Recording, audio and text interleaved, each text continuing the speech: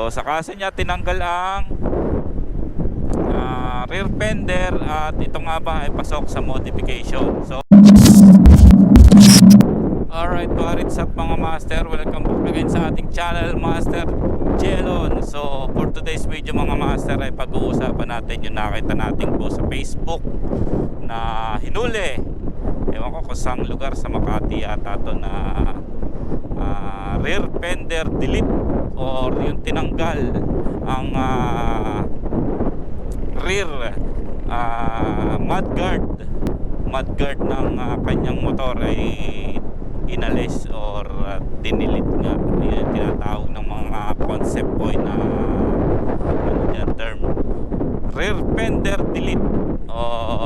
At ang pagkakalagay sa ticket ay modification tapos nakasulat rear fender delete.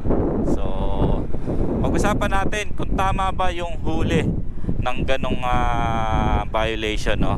So pag sinabing modification mga master ay tama yan, pero depende nga sa actual na senaryo ng hinuhuli, no?